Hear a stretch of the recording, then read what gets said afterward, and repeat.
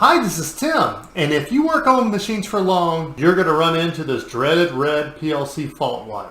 The first thing you should do is note whether the fault LED is flashing or solid. The next thing you should do is stop everything you're thinking and stay cool. This is one video to watch to the end because I'm going to try to keep you out of trouble. I've seen a bad situation get a whole lot worse from people trying to fix a faulted PLC. Let's hit the solid fault light first. If your PLC looks like this, then chances are you have a hardware problem. You're going to need to change your processor out.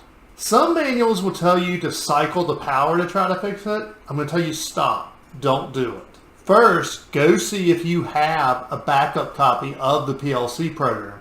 And if you don't have one, try to connect to the PLC and upload the program out of it. Honestly, I've never managed to pull a program out of a PLC that has a solid fault light, but if you don't have a backup program, you might as well give it a try. And after you've tried that and hopefully either you found or uploaded a backup of the PLC, then cycle the power and see if it comes back on. I've managed to get this to work in one situation in my life. And even then, it did not have a program in it after the fault light went out. So luckily we had a backup. Now that the half of you that have a solid fault light are freaking out, let's move on to good news. If I haven't covered your situation yet, then there's hope for you. A flashing fault light means that the PLC has detected some type of error. It could be an I/O error or something like that, but more than likely it's going to be a math overflow. And I run into this a lot. The machine builder will put some type of internal non-resettable counter in the PLC to track how many parts it's made for warranty purposes or just so he knows. And the maximum count on it is 32,767. And he'll think to himself, well, that amount of parts, I mean, it'll take 20 years before it'll ever get to there. And then 20 years comes around and bam, the machine faults. Again, watch this video to the end because I'm trying to keep you out of trouble. At this point, everyone's first response is to cycle power. Don't do it.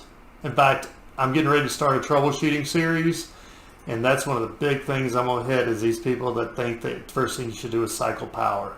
Cycling power on a PLC does not resolve a PLC fault. And chances are you've got an old processor with an old battery. And every time you cycle power, it pulls a little more juice out of that battery. So you're sitting there cycling power, looking at that fault light, and all of a sudden you don't realize that battery light is illuminated. Now this is more of an issue, especially on the SLC PLCs, but really, this is not a time to cycle power. We need to go online with this PLC and see what's going on.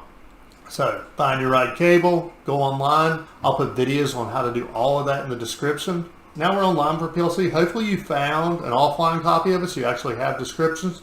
But if you don't, it's going to be the exact same. We're going to go here where it normally would show that it's in run mode or remote mode. And right now you see it says faulted.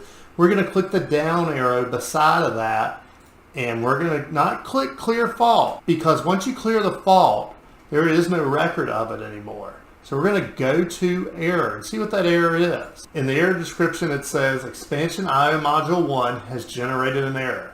I've intentionally downloaded the wrong program in this PLC to cause this error. Clear the fault, go back to the down arrow beside the red fault indicator and select clear error. This clears the fault and puts the PLC in program mode.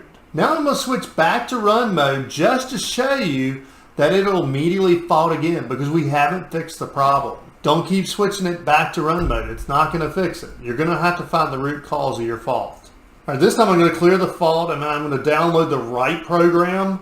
And now when we switch to run mode, it doesn't fault again. So hope this video has been helpful. Feel free to put any questions in the comments if you're having trouble. So again, the big thing is stay calm. Make sure you note that fault code and think through your moves before you make them. And if you're watching this video and you do not have a fault on your PLC, I hope you realize the importance of having backup programs because that will save you big time in this situation. Till next time. Hi, this is Tim. And this is Amber of TW Controls. We run the automation store. Be sure to subscribe for more great videos. And like this video and comment on what you would like to see next. Visit our website where we offer a full line of PLCs, simulators, control panels, PLC trainers, and more.